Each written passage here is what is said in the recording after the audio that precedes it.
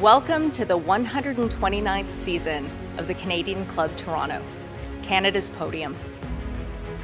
For over a century, this stage has united visionaries and leaders from politics, business, community, and the arts to share insights on the most pressing issues of our time. And with Canada in a pivotal moment, it's more important than ever that we come together. We've been having important discussions and debates around this podium in this country for well over a century. I call this a historic podium of record. Our club's always been a forum for visionaries, public figures, and decision makers to command attention to the issues of our time. The Canadian Club is one of the most important podiums anywhere in the world that a Canadian can speak to, tell Canadians what it is that they think, develop those thoughts. So I want to thank you for that very, very much. Please join me in thanking our esteemed panelists today. Through our programs and events, including our youth and young leaders programs, our diversity partnerships, our joint events, and our media and social media opportunities, we offer you access to dynamic political, social, and business figures from abroad and right here at home. The platform from which the eloquence of Canada has flowed all of that time, whether it be business, education, politics, sports, arts and culture. If someone wants to say something to Canadians about this country and about the future of this country, this is the venue you choose.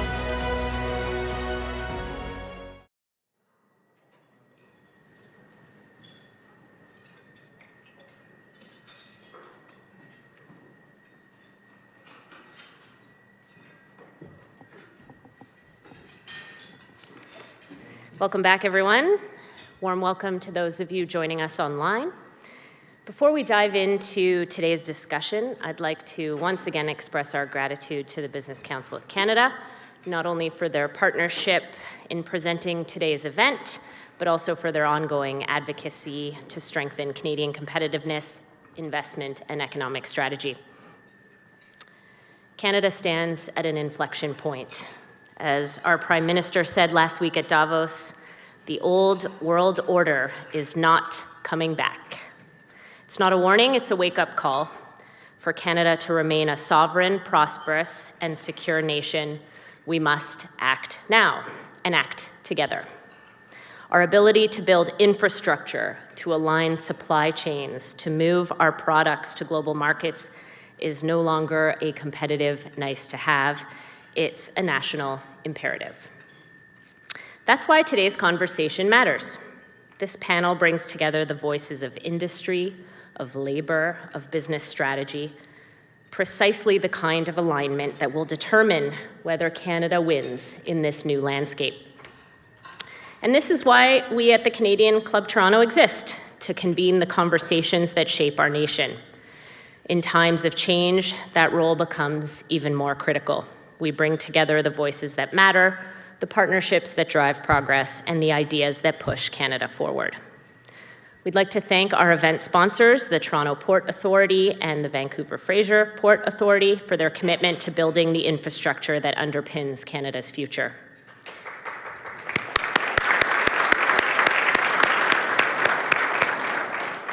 And to our season sponsor, the Canadian Bankers Association, our airline partner at Air Canada, and Canada's Forest Trust Corporation, who help us offset our carbon footprint by planting smart forests in our honor. I'd also like to extend a warm welcome to the students from York University's School of Public Policy, Administration, and Law who are joining us today. And please remember, you can submit questions using the cards at your tables. For those of you online, use the Submit a Question button. So now it is my pleasure to introduce today's panel. Max Kuhn, President and CEO of McCain Foods, Tracy Robinson, President and CEO CN, Sean Strickland, Executive Director, Canada Building Trades Unions, moderated by Goldy Hyder, President and CEO of Business Council of Canada. Come on up, please.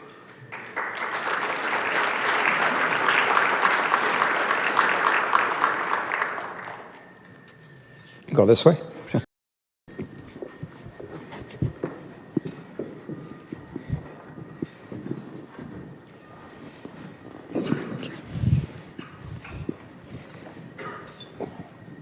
Well, good afternoon.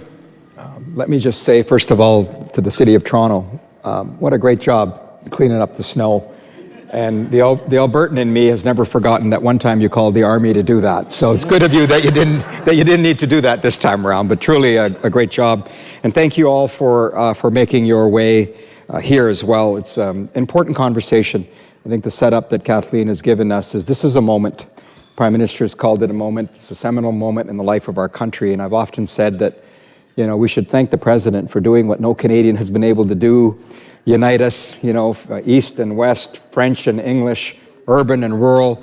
Not quite Habs and Leafs fans yet. That's a bridge too far maybe, but it's great that Canadians are having the conversation that we're about to have here, because I think they have expectations of us. So the good news is what you're seeing across this country is far more alignment than you've seen before, between business, between government, between laborers, between Indigenous groups, provinces. We're finding a way, you know, to get past the history of our country where there's, you know, we've had the luxury of being able to debate things, and yet now we have this moment where we need to do things, which is very different.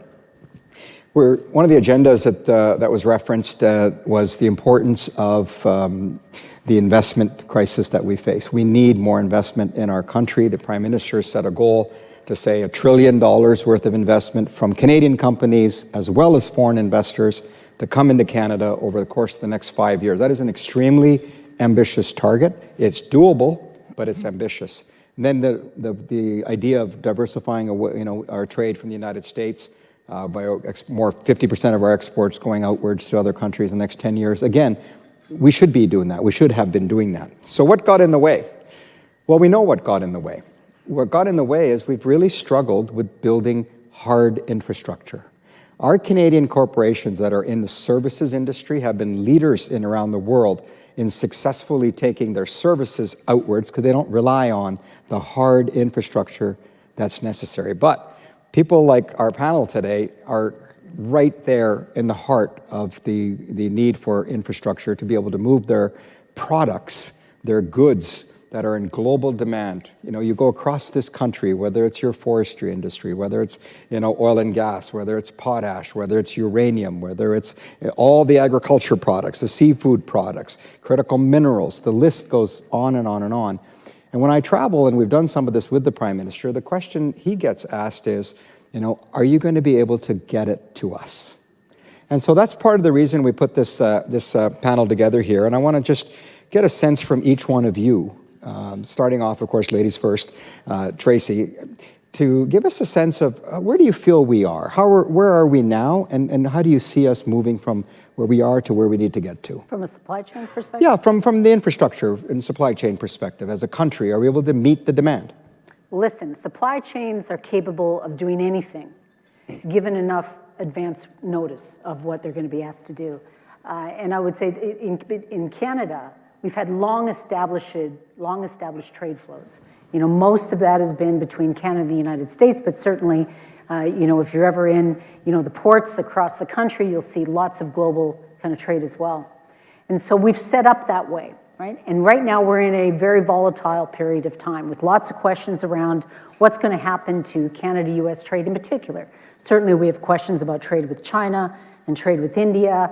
It's very volatile. And so as you think about supply chain reliability and consistency and resilience, you need to think we need to be highly collaborative, both amongst the supply chain and with the powers in government and with industry around how are those trade flows going to change. If you think about 50% of our trade going to global markets in the future, that means we're going to need port capacity and terminals at the ports. It means we'll need rail capacity. We'll need shipping lines to be able to effectively serve. We'll need transload facilities, which is all very doable. But we need to know the kinds of commodities where they may be going.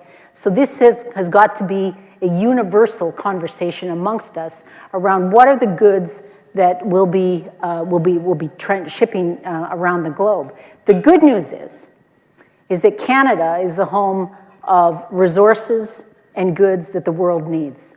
If you think now, if you even reflect over the last year, the strongest parts of, I think, the Canadian economy and our business has been in natural resources. And moving natural resources, you think about the ag sector, you think about the mining sector, whether it be potash or coal, you think about the energy sector.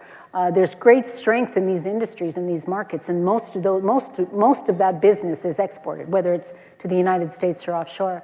So the supply chains will respond. It's important that we're involved in the dialogue around what that needs to look like.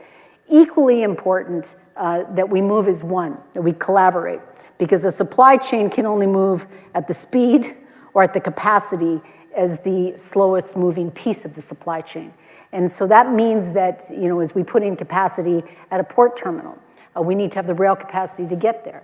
If we need the warehousing facilities, the capacity needs to be defined as the sum total of all the parts. And so I think we've made a lot of progress on that, Goldy, since coming out of COVID when we had a lot of supply chain challenges. And the level of dialogue and collaboration amongst the supply chain members is it's getting better and better, which is good. Investment needs to follow that. And of course, investment needs the kind of certainty in climate in order to do that. Well, we'll unpack that last piece for sure. But before we do that, let me ask Sean, because, of course, Sean, we talk about hard infrastructure. It's the human infrastructure that makes it all possible. We've had, and people push me back, well, we did TMX. Well, we nationalized it to build it, but we built it, which is great. We have had LNG Canada underway. We're doing another one, LNG Canada Phase 2. There's a number of mineral operations that are here and there. Major Projects Office, I think, put nearly a dozen projects on their list last year. I don't believe any one of them are actually national interest projects yet, where Bill C-5 would apply, although the last list may have had one or two. How do you see things now in terms of our capacity from a skills perspective? And not to really overload you, but this issue that you and I have talked about before about the state of our immigration system and how that's going to affect the labor pool. How do you feel about those two things? Geez, there's a lot there, Goldie. I think first of all, I would say that where are we now? The question that you asked, Tracy. I would say that we're in a lot better position now than we have been in a long time when it comes to building major infrastructure in Canada. The creation, of Bill C-5, you and I gave testimony to the Senate on Bill C-5. The passing of that, the One Economy Act, and the creation of the Major Projects Office to get rid of regulatory hindrances is really good for building infrastructure in Canada. And, as many people in the room may or may not know, regulation has gotten in the way of so many major infrastructure projects in Canada that the proponents just kind of left and said, I just can't do this anymore. 15 years to get a new mine permitted in Canada, 15 years. TMX pipeline that Goldie referenced, it took longer in permitting than it did to build it. True story. Right now, TMX, they can't load the oil tankers up full because they would be too heavy for the channel, and they need to dredge the channel. In order to dredge the channel, it's going to take 4 years of permitting, 4 months of work. So this is a problem that we have in Canada, and I think the creation of Bill C-5 and the Major Projects Office is really going to help with those kinds of hindrances and get rid of some of that friction. Our job, of course, is to turn the promise of the jobs into the reality of the jobs. And are we going to be able to meet the labor requirements? I would say yes. But it requires planning, it requires foresight, it requires organized labor to be at the table. Because trade shortages aren't a permanent thing. Everyone talks about trade shortages. Trade shortages are episodic. It's not all trades at all times in all regions. So the first thing we really need to do is optimize our current labor supply. And the way we're going to optimize our labor supply is be at the table when these major projects come forward with proponents and get sophisticated labor market data on what kind of trades you need, when, and where. Then we can go to our union halls, we can bring in the apprentices, we can figure out how we're going to supply the labor for these projects. It's critically important. And that's why we've asked the Major Projects Office and the PMO, as these projects start to advance through towards final investment decision and execution, we need to be at the table. We need to be at the table so we can optimize the Canadian workforce, make sure we can get as many Canadians on those jobs as possible. And if we can't supply with Canadians, given a good planning environment, then we have to look at the option of temporary foreign workers. That's a reality of large construction projects in Canada. We don't like it, but we recognize it's a reality. So how can we make the temporary foreign worker program work so we can supply these jobs, make sure workers aren't exploited, get them into the union halls, train them, and then, if we get some flexibility in the immigration system, find a way to permanent citizenship so we can grow our labor force in a sustainable fashion going forward. And then you move over to immigration. We've tried, various governments have tried. Like my dad came to Canada in 1957 as a bricklayer, he got in like that. Most tradespeople, their families have generations of tradespeople, got into Canada in the 50s and 60s, no problem. If you're a skilled tradesperson right now, you can barely qualify to get into Canada, even though they have expedited provincial nominee programs. I think in Ontario last year, they brought in 137 skilled tradespeople through immigration. So a lot of work needs to be done to optimize the use of our current labor force, understand where the gaps are, then leverage the policy levers that we have in immigration and temporary foreign worker program to make it work for Canada.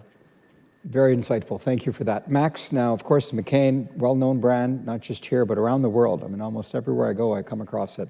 Do you have any problems? Sounds like things are going great for you, are they not?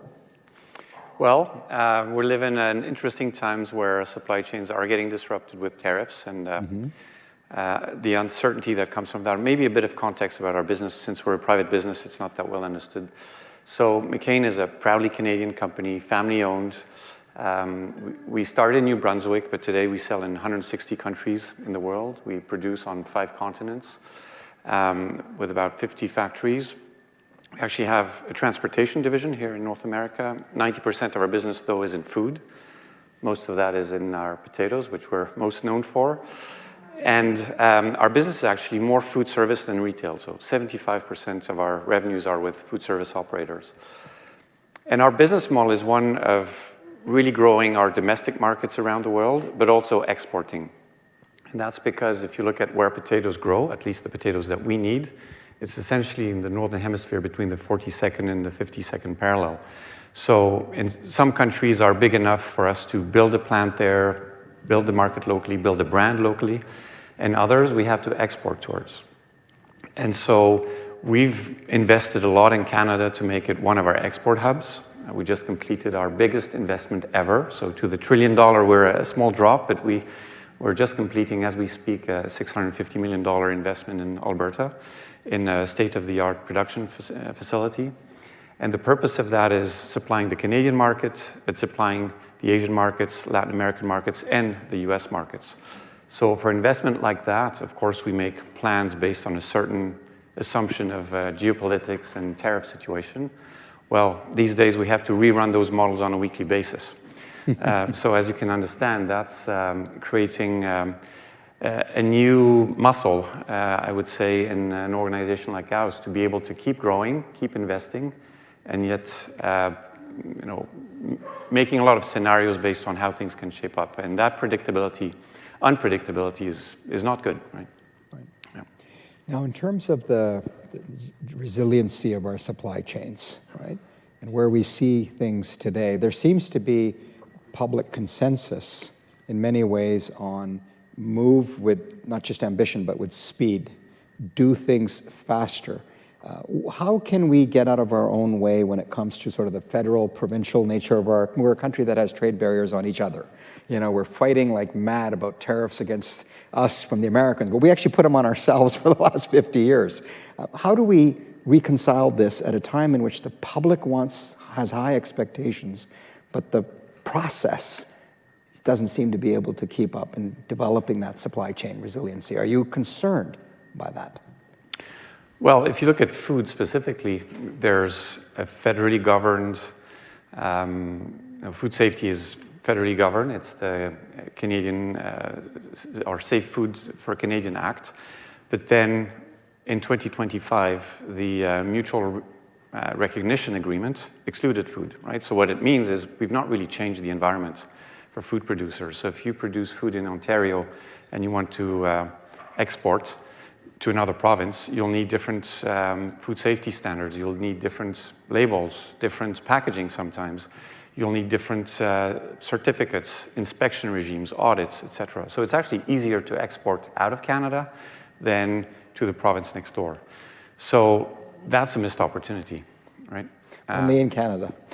And if you look at the companies that have grown strong, that have become strong multinational companies, think about the U.S. companies, think about the European companies, they all anchor in a strong domestic market, strong domestic business that really helps them reinvest in their international growth. We're making it more difficult for Canadian companies, at least in our space, to build a strong home base and then project themselves into the world. Right. Tracy, you see it from one end of the country to the other end of the country, north and south as well. Where do you see the clogs and how do you see them being unclogged? Oh, well, listen, if we want supply chains that are going to move reliably, with resilience, and with the capacity that we need a few things. One is we need the collaboration I talked about. The other is we need investments. And the third is we need labor stability. Right? So, if you think about it, I think if you look at the stats, Canada would be at the top or near the top of the OECD nations on the days lost to labor outages per year. And so this is something that, and I would say firstly, and Sean can say something about this as well, most of our collective agreements, more than 90% of our collective agreements in this country are negotiated through normal processes and they come to resolution. But we have a number of collective agreements that have trouble doing that. And if you look at probably some of the biggest economic shocks over the last 3 years in this country, it's been ports shutting down 2 years in a row. We had a brief couple of days where the railroads were down. We've had airline issues. We've had public service issues, all that affect the supply chain and the reliability. And so that is a shock to the country. It's a shock to our reputation globally, if you think about either attracting investment or selling the goods that we want to sell. So we need to find some mechanisms that respect the collective bargaining process and the values that we have behind that. But at the same time, bringing us parties together in a way that is constructive, because this is not a single bargaining unit. It's not a single province. This is, we have to approach as one Canada. If we have this appetite, we have this dream, we have this desire of what it is that we want to create, we'll only create it as we look at it through the lens of one Canada. Can I jump in there, Goldy? Yeah, please. Well, Tracy mentioned collective bargaining. I have to say something about that. I think if you look at the OECD stats, Canada over the last, going back 3 years ago, the previous 15, we had really stable labor environment in Canada in terms of lost days to strike or lockout, because it's not just strike, employers decide to lock out employees as well. So it's lost days to strike and to lockout. But after COVID and the increase in the cost of living, the demands of our membership on union leadership to get increases of 3 to 5% have intensified like they have never happened before, because our members are living it. They're living it at the grocery store. And I don't know if the Prime Minister announced a grocery rebate today. Who would have thought that the federal government in Canada is looking at a grocery rebate for people trying to make ends meet? Young people trying to buy a house, paying rent. Rent's come down a little bit more recently. But 2 years ago in Ontario, we had 9 strikes in the building trades. And of those strikes, every one of the union leaders recommended to the membership they support the agreement. But the members went back home and they talked to their families and they said, we can't do it on that. We need more. So there is this challenge in Canada that a lot of us tend to forget, and that is the cost of living. And my members who go out to work every day and are working outside right now, and as you see the cranes operating in downtown Toronto, and they're driving back and forth, they deal with those pressures of everyday cost of living 24/7. And so we're going to have to recognize as we go through bargaining cycles that it can't just be inflation anymore until that cost of living comes down, because that's the process of collective bargaining. So in terms of supply chain and resiliency for labor, There's things that we need to do to encourage more people to get into the trades. There's things that we need to do to encourage people who are in the trades to give them the ability to travel to where the work is. I mean, these major projects we're talking about are largely in remote locations, camp jobs, where you have to fly in and fly out. How do you incentivize a worker to leave their home and go do that? So these are some of the policy objectives that we're working on with the federal government to help with labor mobility, so we can get them to where they need to go, provide them with incentives. A few years ago, we were able to get the labor mobility tax deduction passed, where a worker can deduct up to $4,000 for travel that isn't covered by living out allowance in their collective agreement. Business people get to write off all of their costs, well, up to 80%, for example, of your personal use of vehicle, or lunches or entertainment to a certain percentage for business purposes. Why can't a trade person who has to travel for work write off those costs that aren't covered by their employer? So these are a few incentives that we need to put into place. Apprenticeship incentive grants. The government canceled apprenticeship incentive grants. We need more apprentices long term, but they got rid of the grant. They got rid of apprenticeship completion grants. So there's a whole bunch of policy levers that need to be put into place to help come together in terms of a playbook to help us meet the moment, as the Prime Minister says. So Max, you're in 160 countries, you mentioned, so you would see a lot on taxes, on regulation, on talent. Where would you put Canada in that mix? That's a hard one. I mean, we're very comfortable operating in Canada. Obviously, it's our home base, and there is some stability to the institutions, which matters right now. I would say right now, and it depends what you're trying to do. If you're trying to attract capital right now, I think the environment is improving with the accelerated deductions. But until very recently, it was easier for us to invest in the U.S. Because we were getting a lot more deductions on the capital we were investing than we were getting in Canada. What I was mentioning on the regulatory environment doesn't affect us directly, so that's not so much a factor. But for other food companies, that will be a consideration. So I would say Canada is still a great country to operate in. But I would say if I look at where competition is building in our industry, we're seeing new hubs emerging, in India, in China, that were essentially domestic players for domestic markets, and they're really growing fast and becoming very relevant exporters. And those are the companies that we now have to learn to compete with. They were not around, and in 5 years they built really meaningful, incredible businesses. So that shows you that there's many places in the world where investment is getting encouraged at a really highly competitive cost, quality products, and that's the landscape in which we are. We're ready for it, but it takes continuous investment, and that's what we need from the Canadian authorities is to support the businesses like ours, and there's many like ours, to keep investing in manufacturing, in technology, in people, and of course in transportation and supply chain infrastructure. I would assume productivity is really important in your business, given margins and everything. We all hear about low productivity, and we know from our own business council meetings that we dispute that really because it consolidates public sector and private sector, that if you actually separated out, Canadian businesses are investing. How important is productivity to you in your business? Well, it's the lifeblood of any manufacturing business, right? You cannot stay still, otherwise you become irrelevant. Our business is taking product we love, the potato, a commodity, and drive value added with it. It's essentially a disassembly business, right? We cut the potato, so it's large factories, very capital intensive, and it has, the efficiency, productivity is the key, which is why we're constantly investing in state-of-the-art technology, automation, self-controlling production line, going towards not dark factories, but more and more automated factories with higher paying jobs, more qualified jobs, so that we also adapt to a change where it's hard to find trades, but if we find jobs that are better paying because they require more skills and more quality, we can attract a newer generation that's more interested in technology and create a virtuous circle that way. Now, I did mention talent as well, because again, when Sean talked about temporary foreign workers and all, how do temporary foreign workers play a role in your industry? Yeah, well, in agriculture, certainly it does. for us at McCain in our business, we have operations around the world.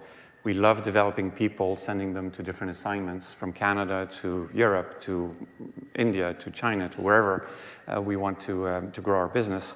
But we want to do the same with our colleagues from elsewhere and bring them to Canada to develop them.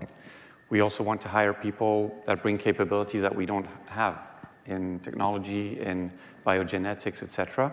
It is quite hard to attract people to Canada right now. I mean, you're referencing Sean.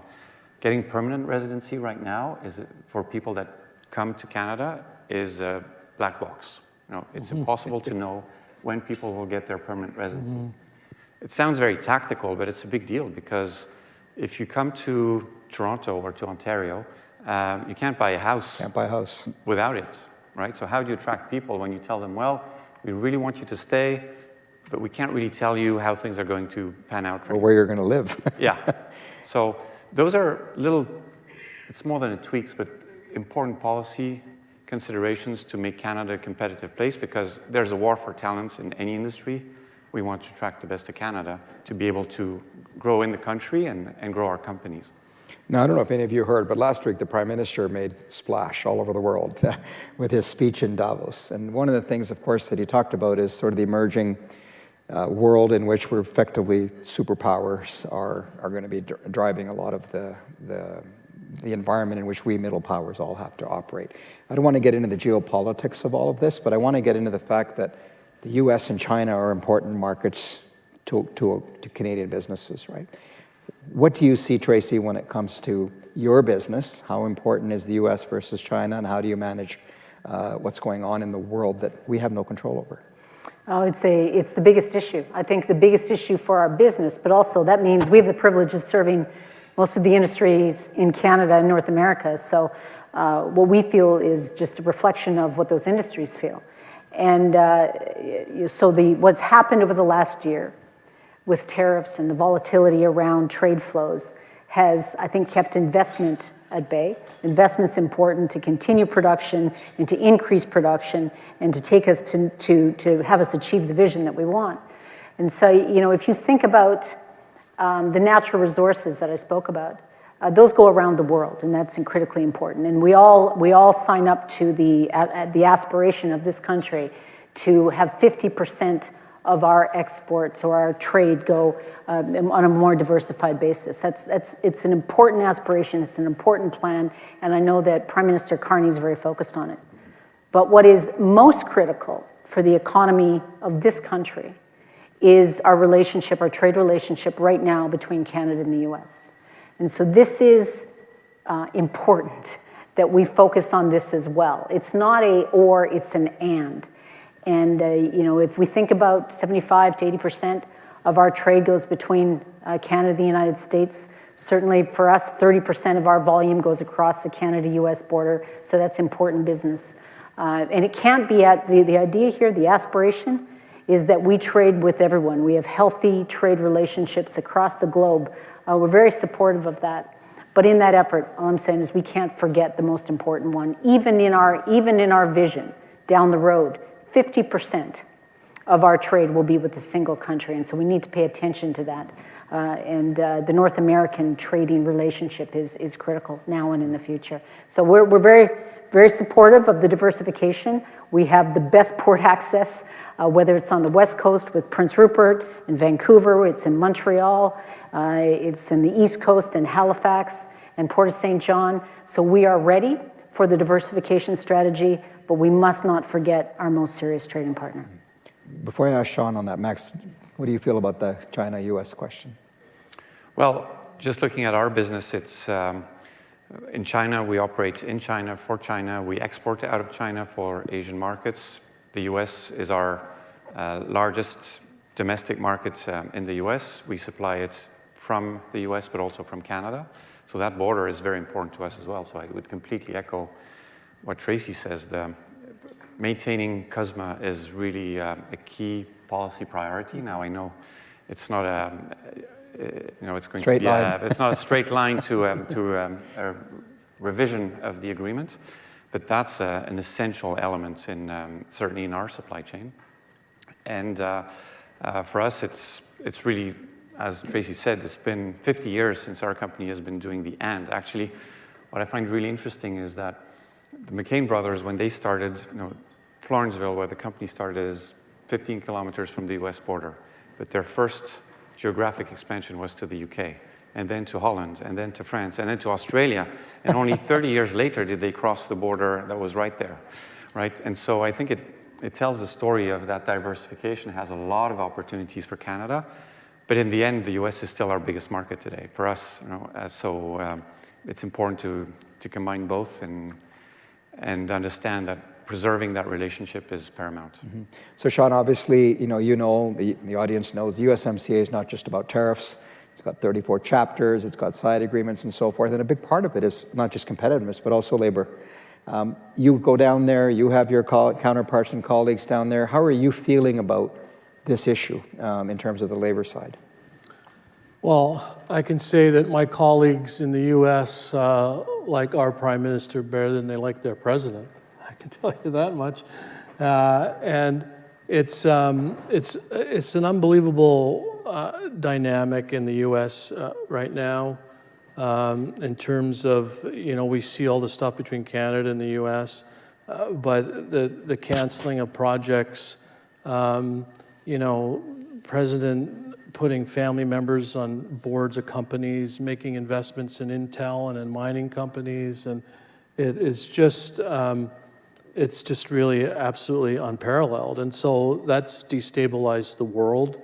The impact on tariffs in Canada, we're seeing lots of investment not happen. CAMI in Woodstock closed down, Algoma Steel closed down. Steel and aluminum, they're running through their order books right now. We do all the maintenance in those plants. So we're seeing job losses and the uncertainty for an investment like Tracy referred to. We have in Toronto right now, we've had a really good run in construction, 20 years, pretty much boom time. But now we have unemployment in Toronto because small, medium businesses aren't making those investment decisions. Some larger ones aren't making those investment decisions. And so when it comes to labor in CUSMA, we have some recommendations around the right-to-work states, like the U.S. has almost a cheap labor policy in some jurisdictions in the United States. Mexico certainly, and so we have some recommendations on how to level the playing field so that we can compete more fairly with some of our competition in the U.S. and Mexico when it comes to labor rates and labor standards. Okay, I'm going to go to the audience questions here, but we have to go in kind of lightning round here to get everybody out of here. Which specifically to Tracy, I think I'm going to ask this is, we talk a lot about building more infrastructure, but how much of the problem is actually coordination between existing assets? You mean the different parts of the supply chain? It has been a problem. I think it's getting better. I think as we're doing some planning, we're talking about the Port of Vancouver expansion.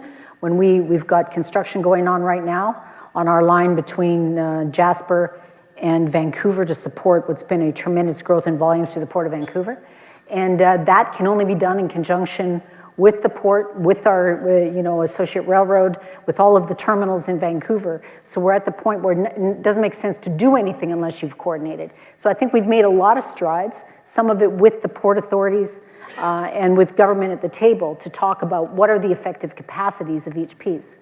The natural inclination is to optimize to your own mode. But the best thing for the whole supply chain is optimize to the whole. And that means being honest with ourselves around when we are the bottleneck. And so that and the commitment to address that bottleneck. So I've seen tremendous progress on that. What we need to do is we need to focus and decide where it is that we want the capacity. Because we can't do everything everywhere, at the same time. But I'm very optimistic about our efforts and our ability to collaborate and coordinate as we go forward. Okay. This is, again, a question, I guess, to the both of you with P&Ls and diverse businesses and so forth. But 5 years out, do you see your company having had put, from a percentage basis, I guess, let's say, more investment in Canada or more investment outside of Canada?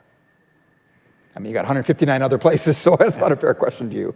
Well, and we completed our biggest investment in Canada. We are completing it as we speak, and that always takes a few years to not only ramp up, but also to fill. So We will keep investing in renewing our network in Canada, but in terms of percentage, we'll be investing more outside of Canada to support our business, because a lot more of half of our business is outside of North America. Yeah, it's interesting. Do you think Canadians understand the importance of Canadian champions? No, I think it's underappreciated. Yeah. And again, you look at, certainly in the consumer space, the number of global companies coming from the U.S., coming from Europe. You know, how many are there in Canada? I think that's an opportunity. It takes decades to build, but we have to start someday. You know? Okay, I've kind of consolidated a couple of questions in the interest of time, so let me end with this one. We'll kind of go down from Sean this way. Parliament starts today. I think probably in the question period here shortly. If you were, and I think the premiers are sitting down with the Prime Minister on Thursday. He's meeting Premier Ford today. If you were advising Prime Minister Carney and the premiers, what are the top decisions they need to make in the next 12 to 18 months so that we can, well, they put it this way, to avoid missing our trade targets? Well, we need to get a deal with our largest trading partner, CUSMA. So, but we have to. I would reframe that in the sense that no deal is better than a bad deal. So we need to get a decent deal on CUSMA for sure. That's got to be job number one. While at the same time, I agree with Tracy, diversifying our markets into other places. When you drill down into our acts for building trades. When we have projects of national interest where the government is providing tax subsidy and or direct investment, we need to make sure those jobs pay prevailing wage. So prevailing wage means that good middle class jobs, good middle class wages, union wages. That doesn't mean unions do all the work, but it means that all the workers who are working on those projects get paid the best wages in class. We need to have mandatory minimum apprenticeship on infrastructure projects so we can train the next generation of workers. Not only on these major projects, but also for government spends. Ontario's looking at that right now. BC's looking at that right now as well. And the final thing I would say, similar to Max with safety requirements in different provincial jurisdictions around food handling, et cetera, we have the same thing for safety in the construction industry. If you get a certificate for working at heights in Ontario, you go to work in Alberta, you got to sit in another class for 2 more days to get that working at heights certificate. That's so easily fixed, and there's 100 different training certificates in the construction industry that aren't recognized by either province. So you got 100 in one province, you got to go to the next one and take 100 of theirs. So that needs to get fixed. Super. Tracy. Okay. Get a trade agreement. USMCA CUMSA would be number one in the certainty of that. I think we need to create a better investment climate in Canada. So we've made some progress on the tax competitiveness. We made a little bit of progress on the regulatory frameworks, but not enough. We're not yet competitive with the U.S., where we also do a lot of business. And so that's going to be critical. And then the third one is labor stability in a way that works for all, right? We need to have a common goal on that. And so those would be my three. Max. I'll repeat CUSMA, I'll repeat interprovincial trade. The third I'll add is really foster the investable projects in Canada. I think there's a moment where there's a lot of capital that's willing to invest into Canada. I think the government has done a good job at raising the profile and creating an interesting understanding of the potential of Canada. Now we have to have the projects that really attract capital, whether it's in technology, whether it's in infrastructure, whether it's in energy, so that the whole country benefits. Well, look, on behalf of the audience that's here and the one that's online, I want to thank each one of you for not just being here with us today, because time is precious, but for what you do to keep Canada in your line of sight and to keep us strong and competitive and build relationships as we've tried to do with labor and with Indigenous groups and others. And I hope you found this of value. I always try and come away with 3 things. You may have your own 3 things, but I heard 3 things that really resonated with me that I think transcend a luncheon. And one is focus. Like, we need to know what we're trying to do and to be able to go about in doing it. I think the notion of optimizing that whole, like, we're just too comfortable, we're too slow. We've got to optimize and get going with some urgency and some speed. And then if I can just say something that I know is very, very important to the chief executives that I work for across this country, it's the importance of uniting in purpose, like doing it together, moving as one, as Tracy put it. I think if we can do that, We're unstoppable. You know, we should not be seeing this as a competition. The competition is like, I'd like to beat the Americans in the gold medal of hockey. That's the medal I want to win. But they're our partners. We get to get that deal done, and that's certainly one of the main takeaways from today. So on behalf of the Canadian Club and ourselves, thank you very much, and I just want to join me in thanking our panel here. Thank you. Thank you, Goldy. Thank you. Okay, thank you, Max. Thank you, Tracy, Sean, and Goldy, of course, for moderating this critical conversation. On behalf of Canadian Club Toronto, thank you for your leadership and insight. I'd like to also just once again give a heartfelt thank you to the Business Council of Canada, to the entire BCC team for your partnership and your support in making today's event possible. Again, to our sponsors, Toronto Port Authority, Vancouver Fraser Port Authority. We heard a lot today about how important you all are. Once again, thank you. To our production partner, VBC Live, thank you for your expertise and support. There's QR codes, I've been told, on your tables. Give us some feedback when you get a chance. There's a quick survey. We really appreciate it so we can continue to make these events fantastic. And finally, I'll just encourage you to mark your calendars for our next two events. Wednesday, February the 12th, the Economic Imperative for Healthcare Renewal. Join an all-star panel of Amy Archibald-Varley, Carly Faro, Dr. Dominic Nowak, Michael Sabirnis, and moderator Rola Dagger as they explore how transforming healthcare isn't just good policy, it's essential economic strategy. And then on February 18th, the Honourable Lena Metlej-Diab, Canada's Minister of Immigration, Refugees and Citizenship, joins us for timely discussion on how immigration fuels Canada's prosperity. Visit us at canadianclub.org to register and explore these events. And you can listen, of course, to our podcast. Thank you all. Please continue the conversation with your colleagues. Have a great, great day. Safe driving.